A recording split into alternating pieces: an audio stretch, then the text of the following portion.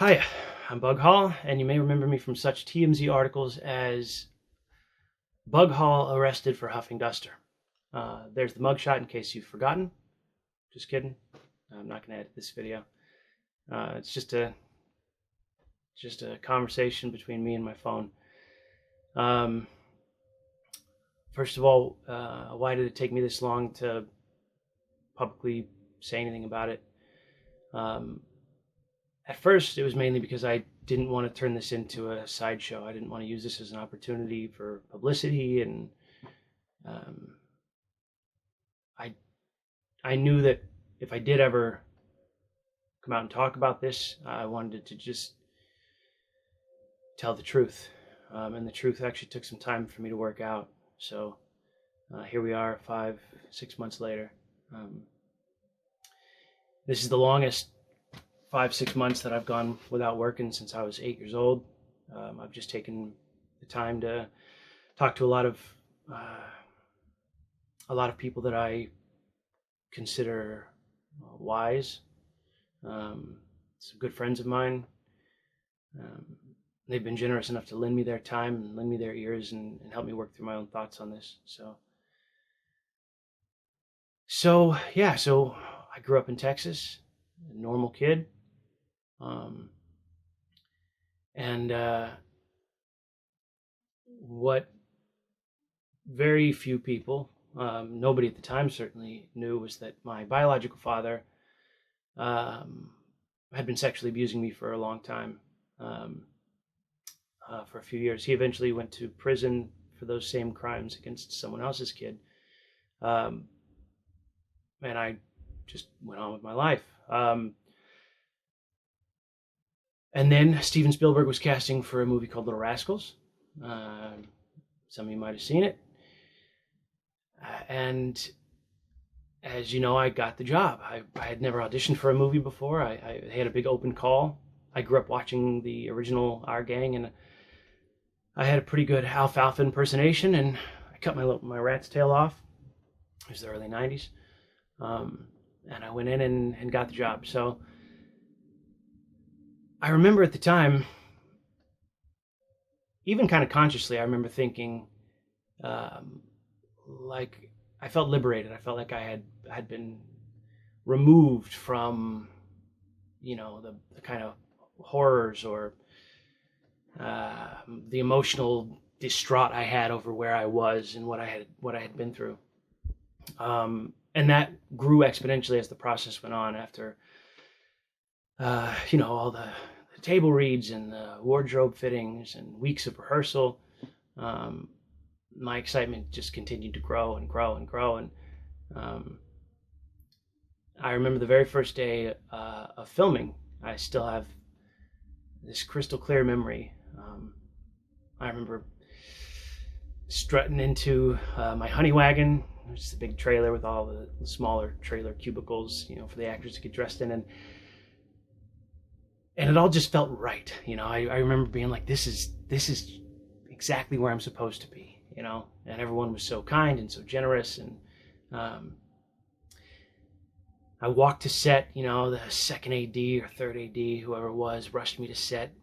And the first scene we were filming was the scene where me and Travis, Spanky, stole the washing machine engine for the go-kart, for the Blur 2.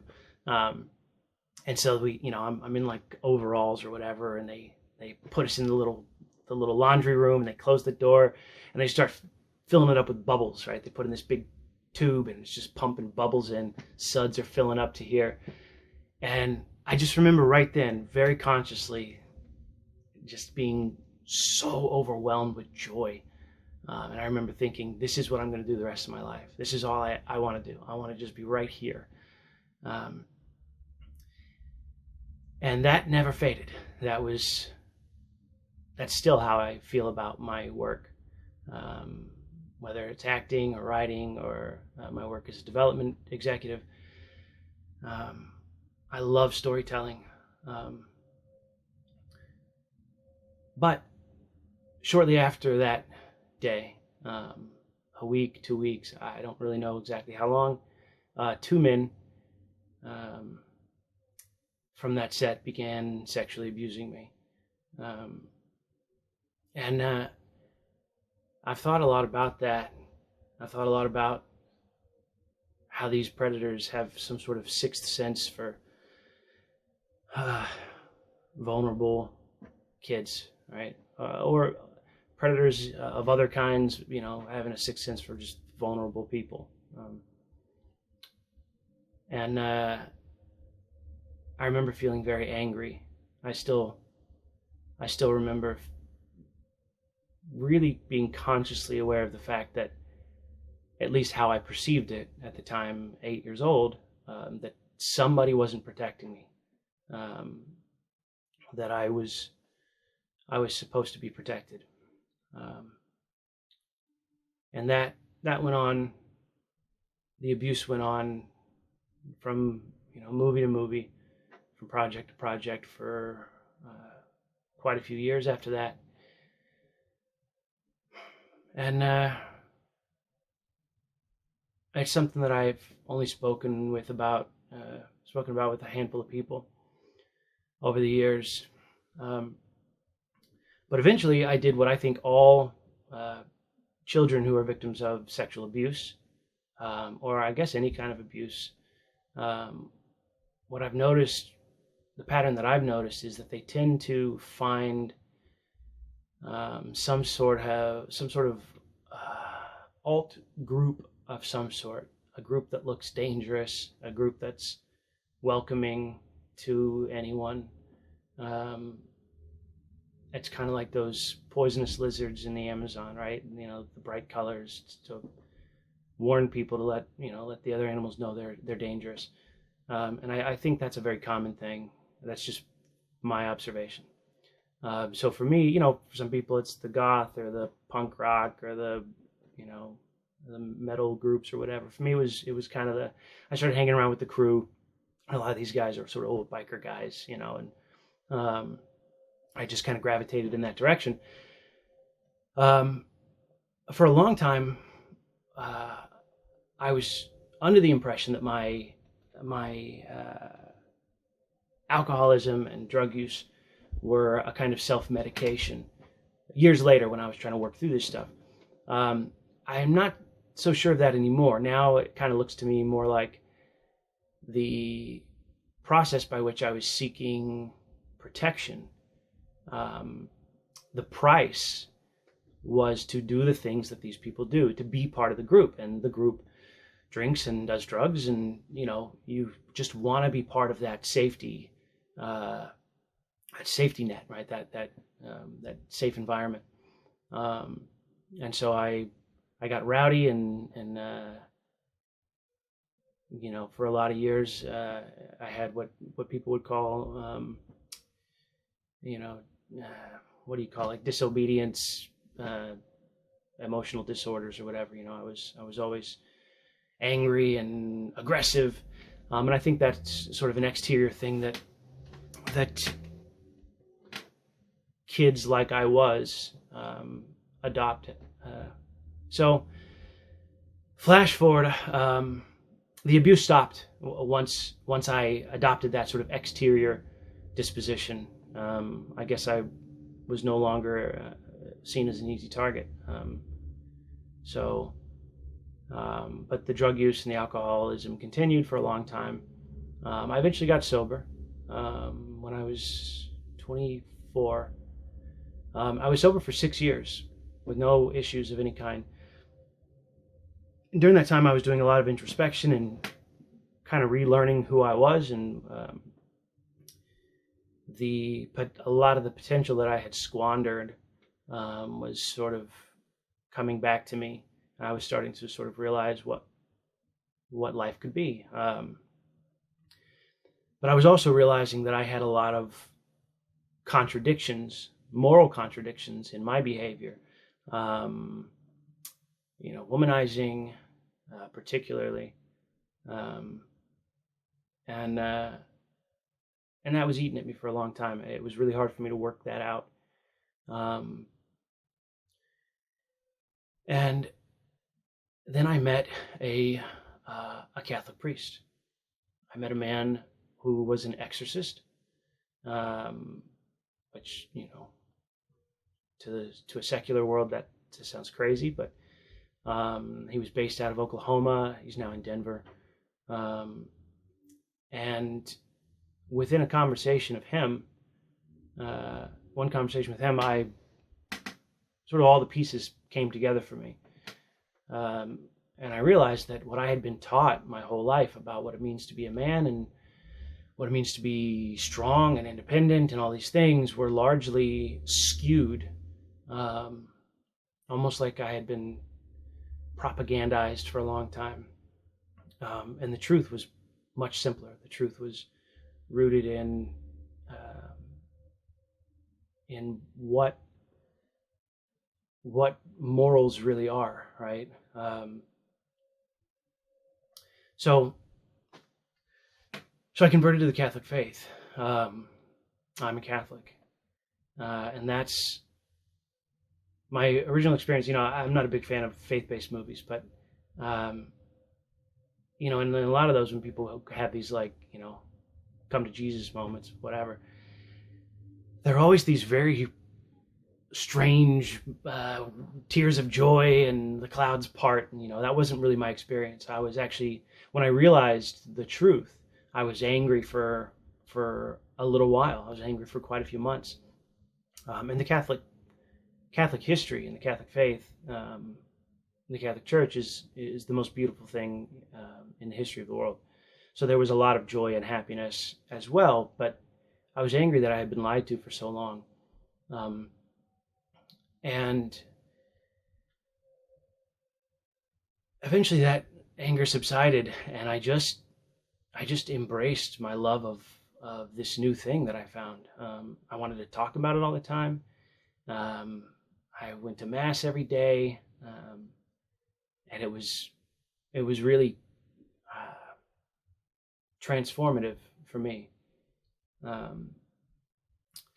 And some people that I started working with shortly afterwards who thought like me, who believed the same things I believed, they quickly kind of gave me this idea that yes, you're excited and you want to talk about the faith and you want to just share it joyfully with everyone around you, but we can't do that, right? If you're going to work with us,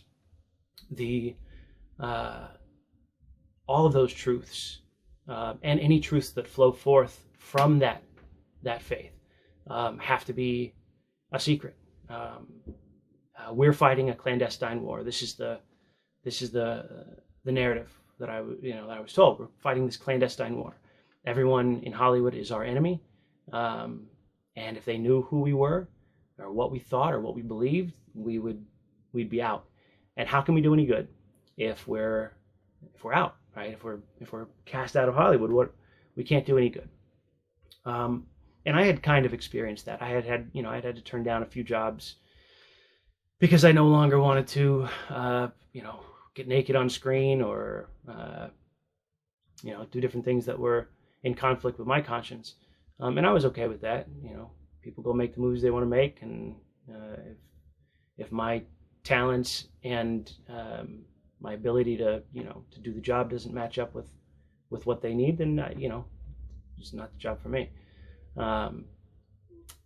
But I was excited to move into this new phase and to be writing and doing these other things. And I also did I did a few jobs acting wise along the way. I was in Romania for a few months.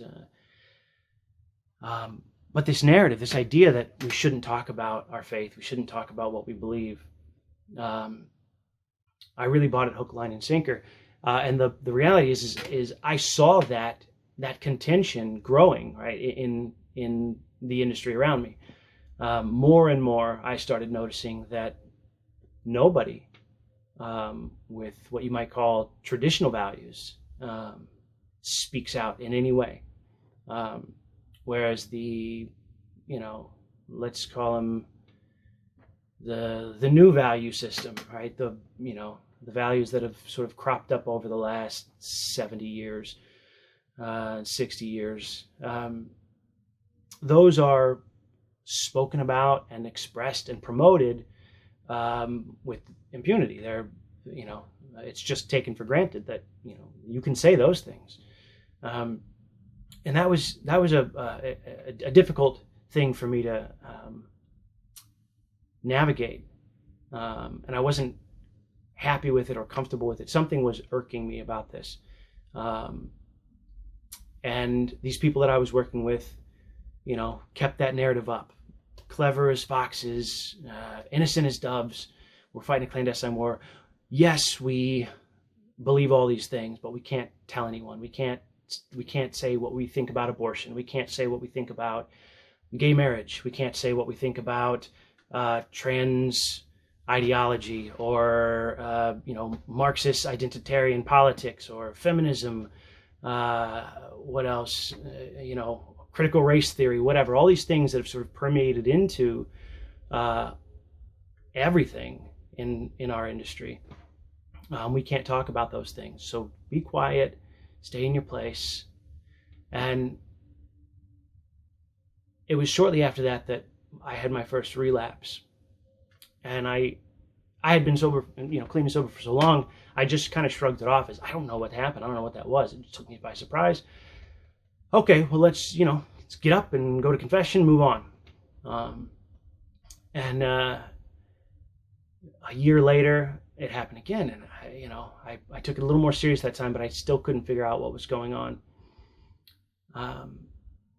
All the while, these people that I was working with were not living out this idea of fighting for some greater good, for the good of all mankind. Right? They were defrauding dozens and dozens of people of their agreed upon wages, refusing to pay people contracts that had been signed, asking them to rip up contracts for deferred pay on projects, lying to investors, lying to potential business partners, other development executives. And the few times that I tried to speak up, barely, right? I mean, I barely made a peep. I was very quickly shut down, and that was easy for them to do because I was a coward. I had grown accustomed, I had habituated cowardice with my silence. And the problem is, all these people that I was working with, who I have a genuine affection for, who I really love, regardless of their lifestyle or beliefs, I wasn't treating any of them as dignified.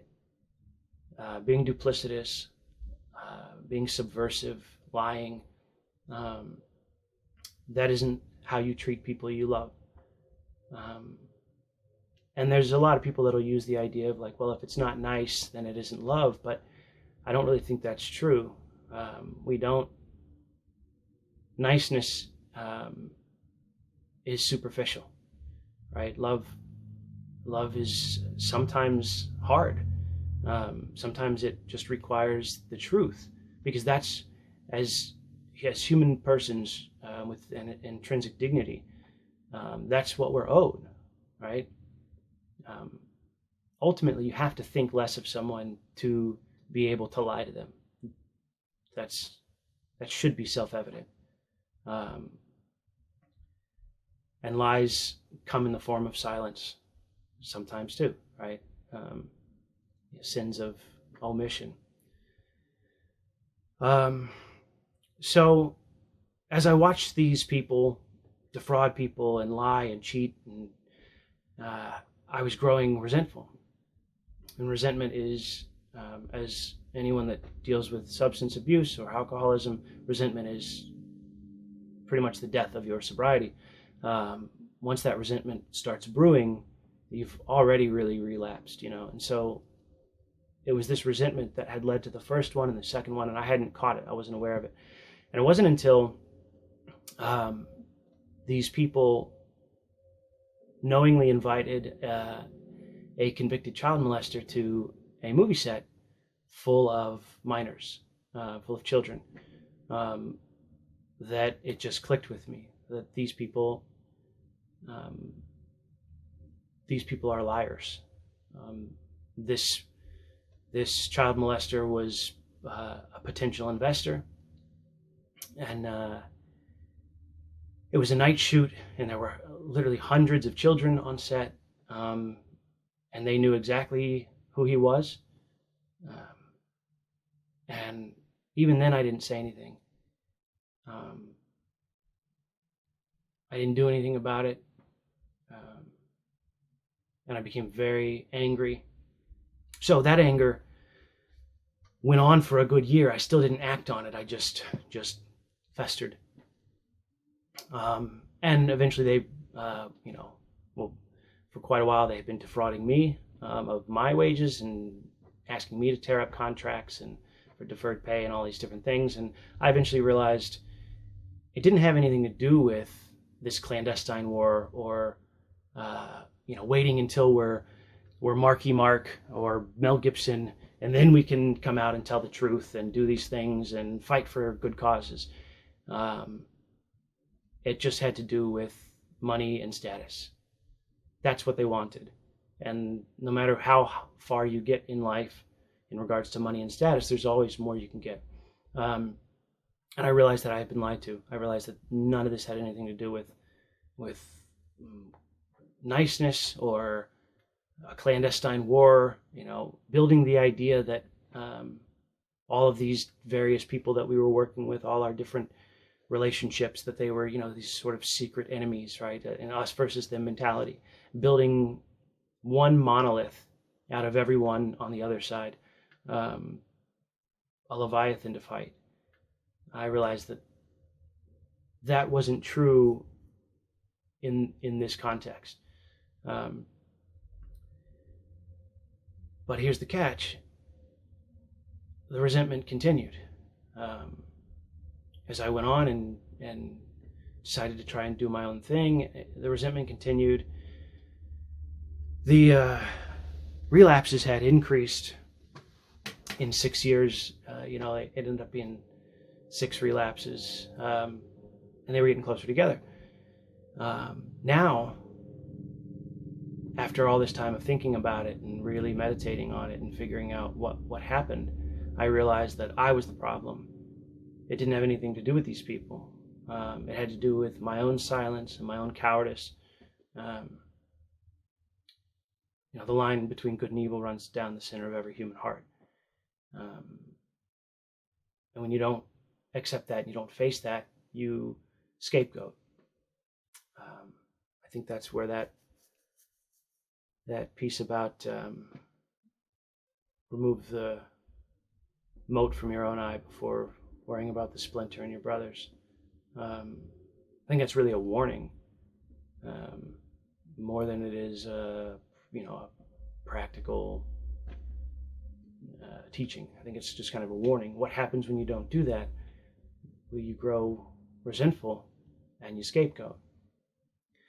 I should have spoken truthfully. God's not asking us to be saints in some abstract future. He's asking us to be saints now, right now, to be the salt of the world right now. And I always knew that, but I didn't live in accord with my conscience. I didn't act out what I believed. I suppressed it and I made excuses for it.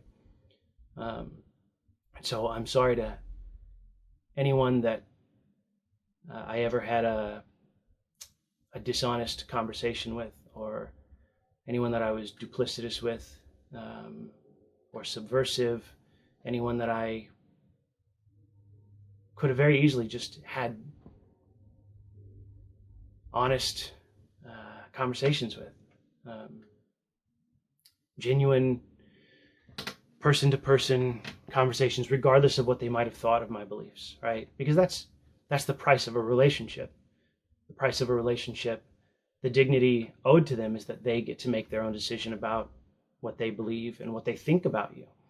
And I think that's a really fair system. So, and I think it's a big, to kind of blow up to a more macro level, I think that's kind of the problem with everything right now, with the politics that are so divisive. I think it's because there's an entire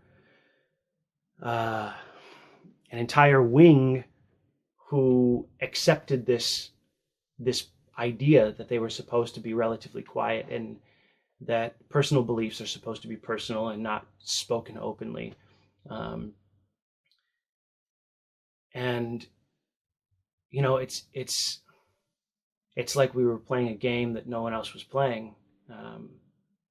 You know, one set of rules for one side and a separate set of rules for another side. And I'm not here to tell you what you believe. You know, whoever you are out there, you know what you believe.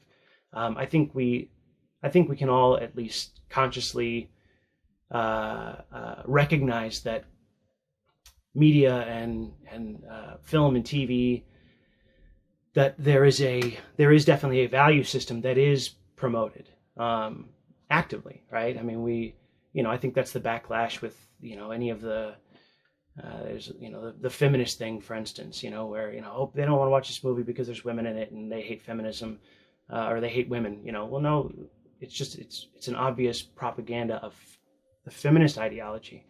We love, lots of movies with women in them, but as soon as a movie with a woman in it becomes feminist propaganda, we don't want it. I don't. I guess I shouldn't say we. I don't. I personally,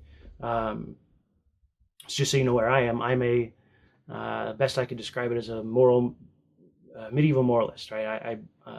My morals align with basically, the high medieval ages, which is sort of the height of ethics, in my opinion. And that runs all the way through, pretty much. I mean,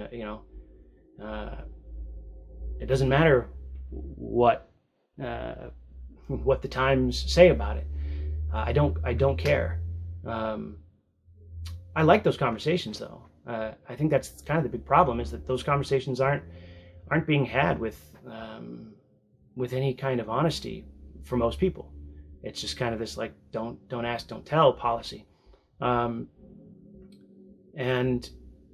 it prevents the conversations from being had. I don't think most people are going to change their minds by having conversations anyway, but I still think they should be had, simply due to our human dignity.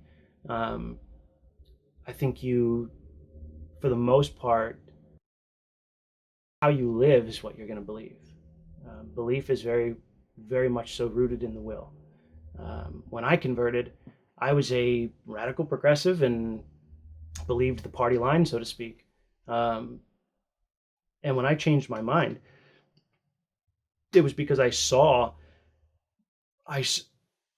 a completely new data set that, I kind of want to say it made more sense to me. But, that would be giving myself too much credit. It does make more sense. I don't even think I was smart enough to recognize that it made more sense right away. Ultimately, it's grace that can move your will. And I had hardened my heart for a long time. And in hindsight, I could see all those moments of grace missed. And then I don't know why. Nobody ever really knows why. I don't think this moment of grace is finally accepted. So the new data set then informs your conscience, informs what you believe, and you start to see all the logical consistency. And then you start to think, as you work through the apologetics and you work through this beautiful tapestry of truth, you want to share it and you want to argue those points with people. And the reality is, I don't think those arguments help change anyone's mind. But I think if they're not out there and breathing and living those beliefs, then nobody will ever have a chance. Grace can't be active in a situation where there's no material for it to act on, right? And that's the problem. It's not that there's not enough smart people arguing why abortion is murder or why homosexual acts are intrinsically disordered, or why trans ideology is logically inconsistent, or Marxist identity politics are a sham, right? Like socialism, why it's intrinsically evil and an affront to human dignity. There's plenty of people that are out there making very consistent, very logical arguments. But there aren't enough people out there in the general population, in my field or a lot of fields, that are just open about those beliefs. And if there were, I think people would see that it's worth looking at. And maybe that grace can have something to act on. I guess more than anything, what I would hope that some of you might take from this, I already know how a lot of you are going to take this. I'm not even going to look at any of the responses online. I don't really care. But how a lot of you, I hope, what you might take from this is, I know a lot of the Catholics and non-Catholic Christians in Los Angeles. To all my brothers and sisters out there, I would hope that I have even promoted this lie of silence, and I'm sorry for that. I'm sorry for a lot of things, but don't be afraid.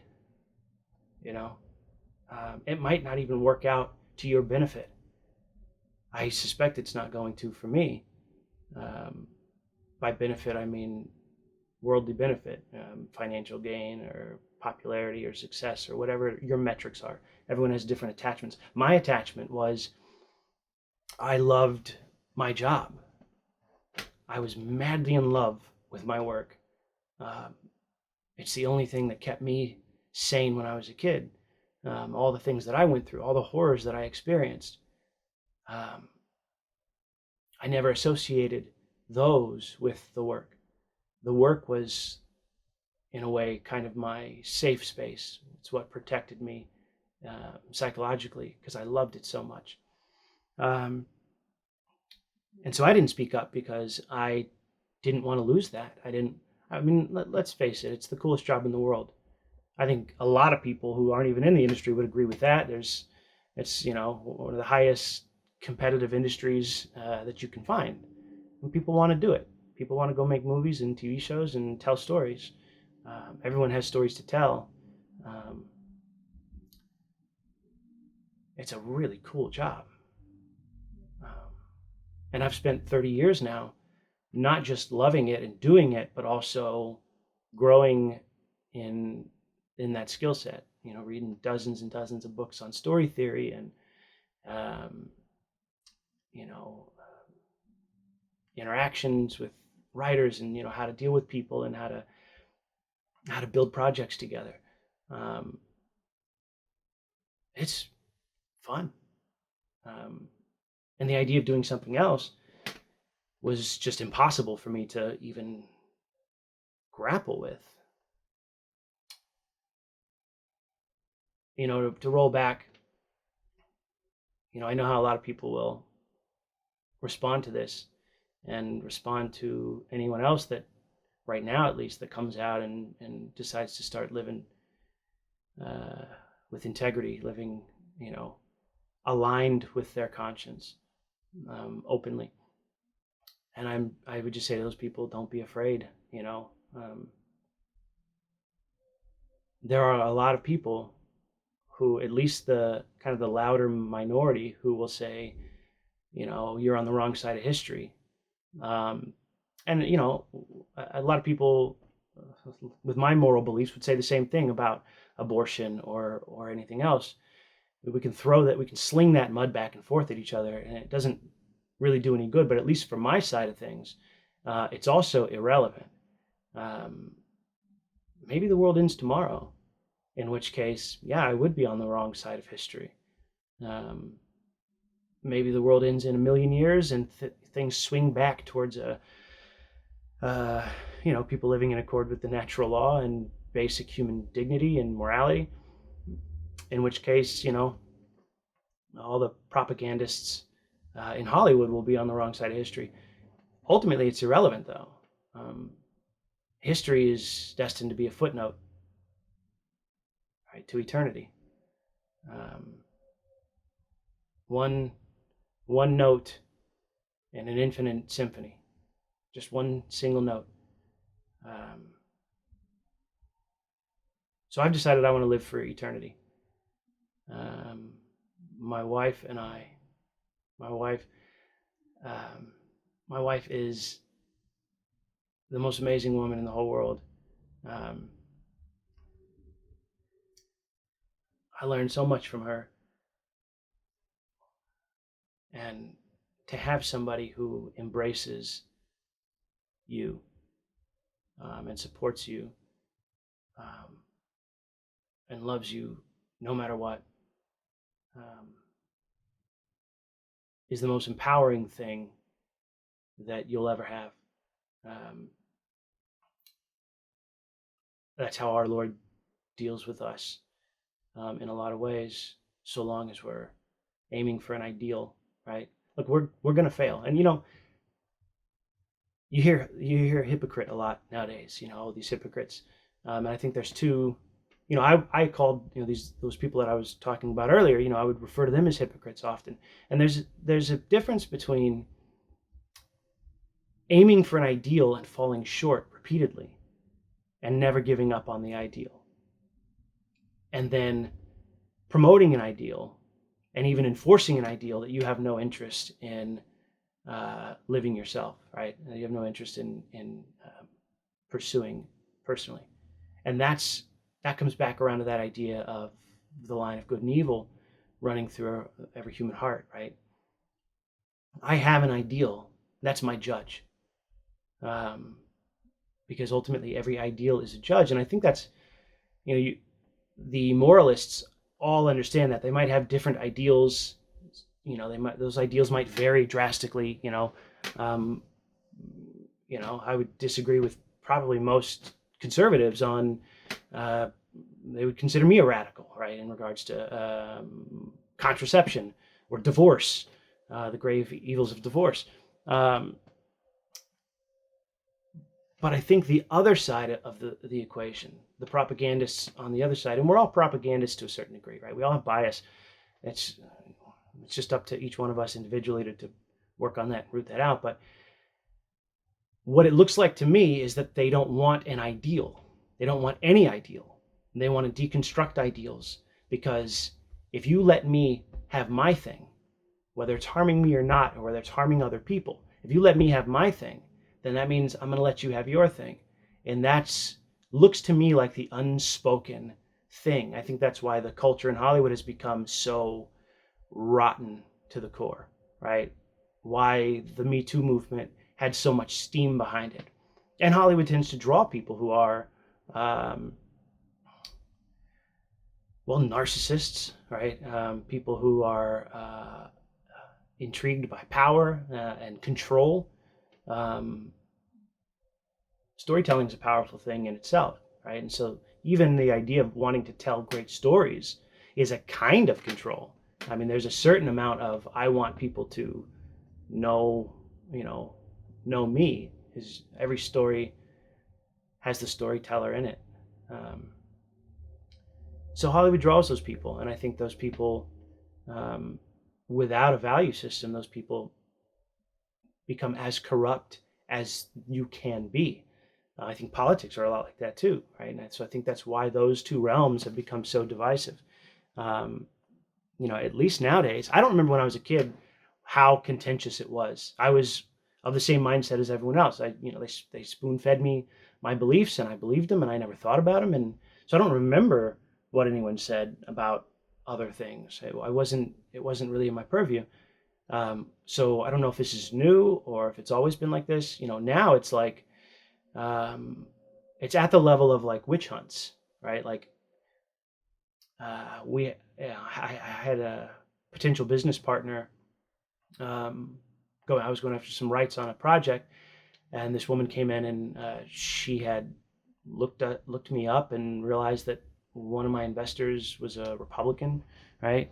Voted for Donald Trump, or was supporting Donald Trump, and of course, me and the people that I was working with, we all did that too, Um, and I'll vote for him again in 2020, a couple days, I guess.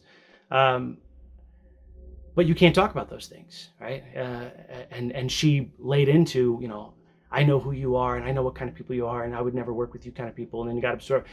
Why she didn't just cancel the meeting, I don't know. She let us get all the way there, and then laid into this diatribe about, who we are, and I don't want to work with people like you. And I was like, wow, I mean, this is real. Like this is a real thing.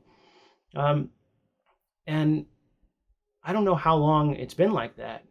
Um, but I think the first step is not to retreat to separate corners, but to just speak openly, right? So while my friends and colleagues, were saying, "Shh, don't tell anyone that we voted for Donald Trump. Oh, our lives would be over, our careers would be over. Oh, it would be so horrible." I think that was the wrong approach. I think the right approach is like, this is just what we believe. I'm a Catholic. I'm a Catholic of a very um, of a very narrow persuasion. Um, I believe all of the truths of the Catholic faith. Um, you know, and by the way, this isn't. A lot of people out there want to say religion is a kind of escape. Being a Catholic is no escape right now. Let me tell you, it's harder to be a Catholic than a secularist. We've got uh, rampant sexual abuse within the clergy. We've got homosexual bishops, a heretic pope. It's not exactly easy being a Catholic right now. Um, but you hold on to what you believe and you live in accord with the truth. And I think that's where peace is. I think peace is right in that place where your entire self is aligned. Um, the tranquility of order of your faculties, right? The will, the intellect, the conscience, um, and then rooting out all of your vices, right? Rooting out all the things in the body that want more and more of this and that and whatever. So that's what I'm going to do. I'm going to go. I'm going to go just be a radical Catholic. Um,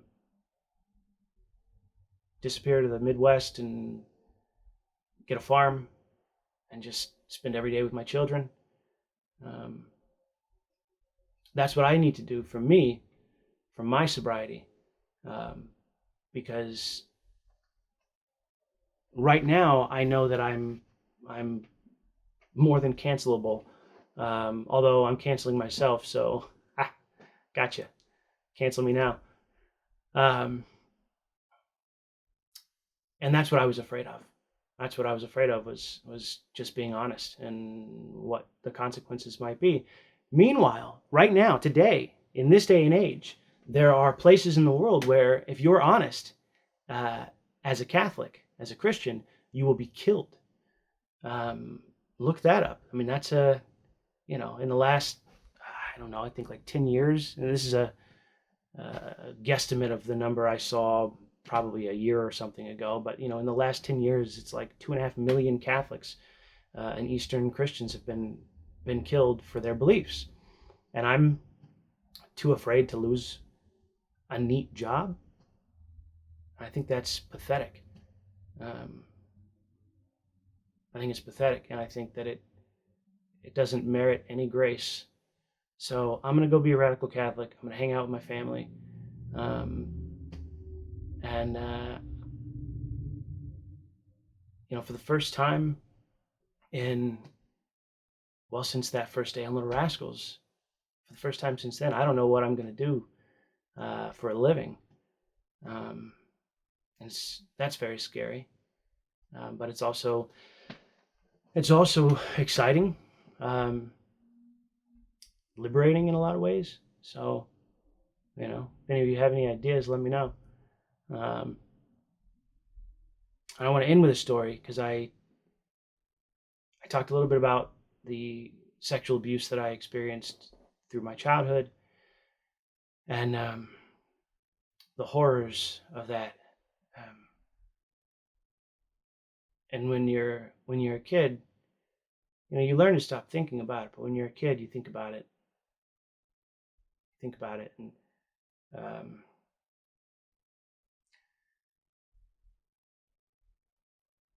how you feel is really hard to express, even after coping with it and forgiving. And um, through my years, uh, as a child actor, um, and into my teens, there were a few other child actors who did open up and talk about their experiences as well. Um, and one of them in particular overdosed when he was one of my best friends. He overdosed when he died when he was 25, I think, 27. And it's a big problem. Um, I think it's a bigger problem than the problem behind the Me Too movement and all of the evils of the casting couch culture.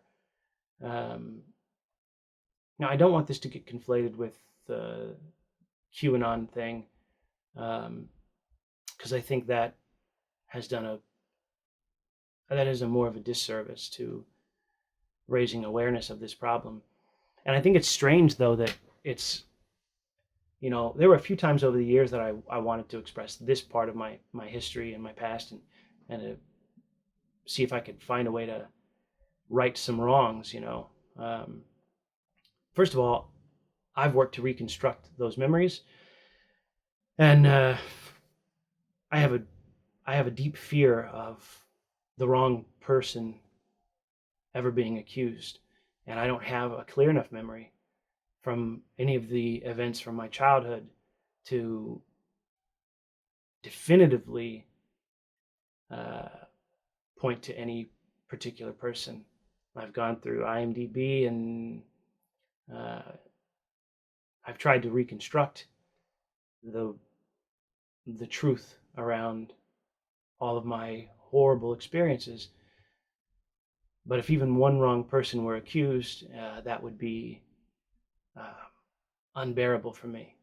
So before anyone goes and says, "Well, why aren't you going to the police or whatever?"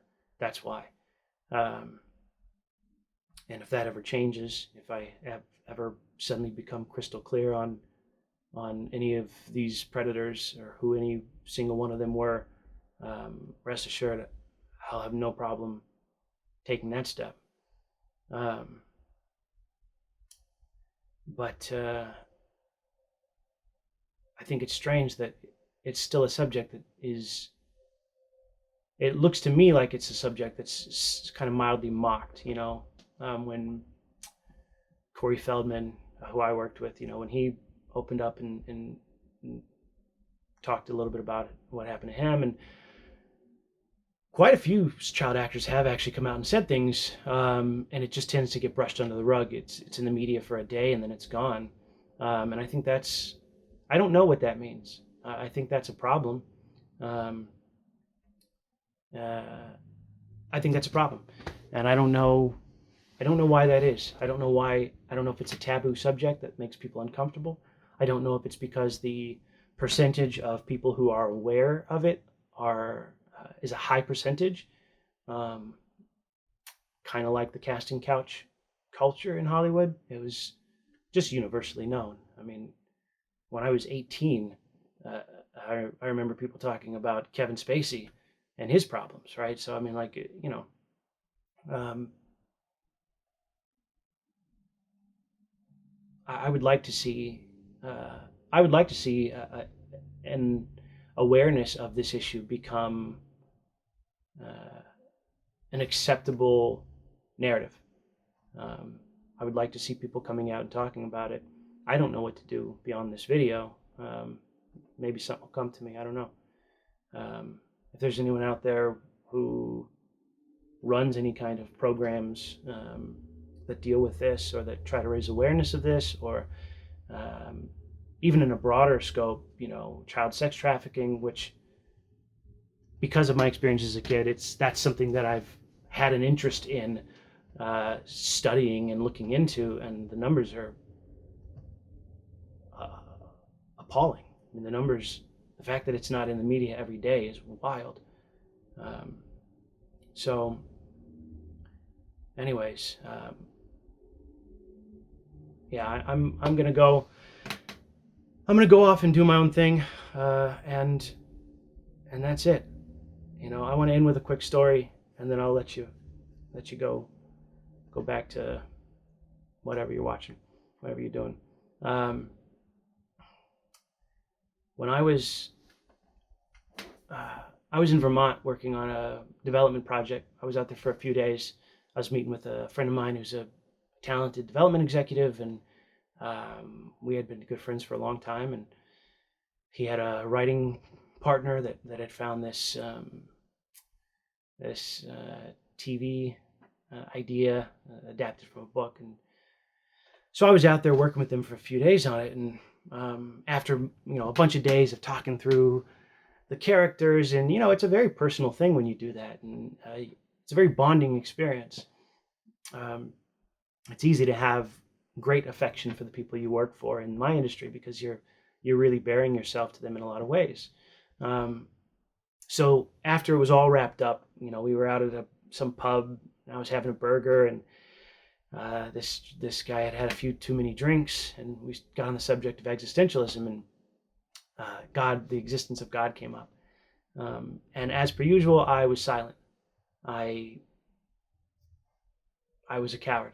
I listened to him go on about the existence, and he was getting God's existence. He was getting kind of angry and riled up as he was going, and how uh, God would have to contend with him if he ever saw God face to face, and that he would demand answers.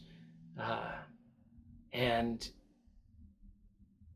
he kept circling back around to this idea that God allows bad things to happen. Where is God? That was the phrase he kept saying. Where was God when that little boy was being molested? And it was completely out of the blue. And I don't know his history, but I was a coward as per usual. I didn't say anything. I placated him, kind of patted him on the shoulder and said, "I hear you, buddy." And that was that. But what I wanted to say, I wanted to ask him first off, this molested child, this little boy that you're referencing, is that just the worst of all possible things, right? An abstraction to sum up your point, or is it influenced, motivated by some personal experience of yours, or some personal knowledge that you have? Because those are different conversations, obviously. But I was that little boy for the better part of my childhood. I lived in this horrible fear and darkness, and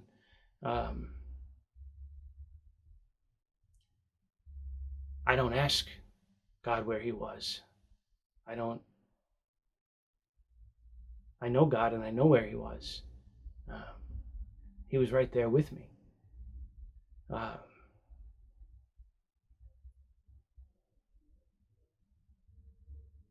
He was suffering in me and suffering in the perpetrator, the predator that was abusing me. And that's a greater horror to me than even what I experienced personally. The idea that God suffers. And that's I think the takeaway. I'm sorry to him because I might have been able to help him understand something he didn't understand, which is that God suffers perfectly in us. We get the benefit of disassociative, the disassociation from the event and confusion, and God doesn't. He suffers it perfectly.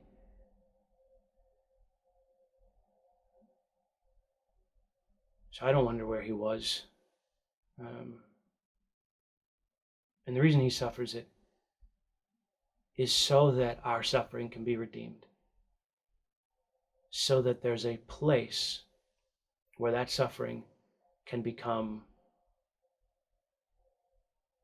deified, right? It can be transformed into glory and strength and greatness.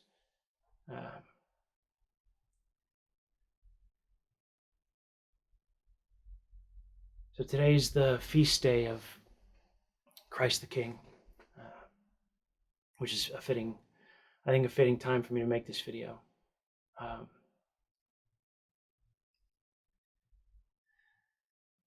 So that's it.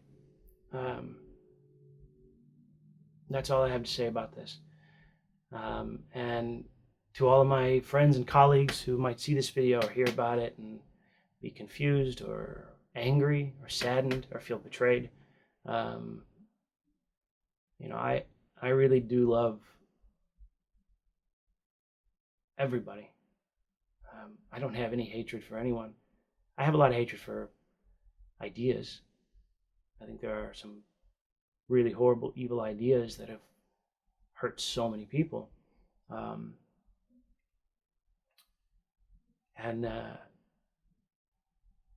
But I don't hate anybody.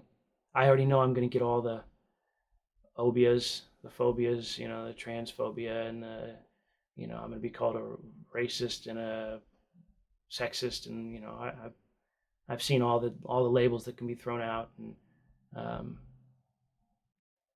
that's okay. That's part of the dignity of every human person. Is I tell the truth, and you get to tell the truth, right? I tell the truth, and you get to make a decision. God respects your free will, even unto hell. So, albeit for me to,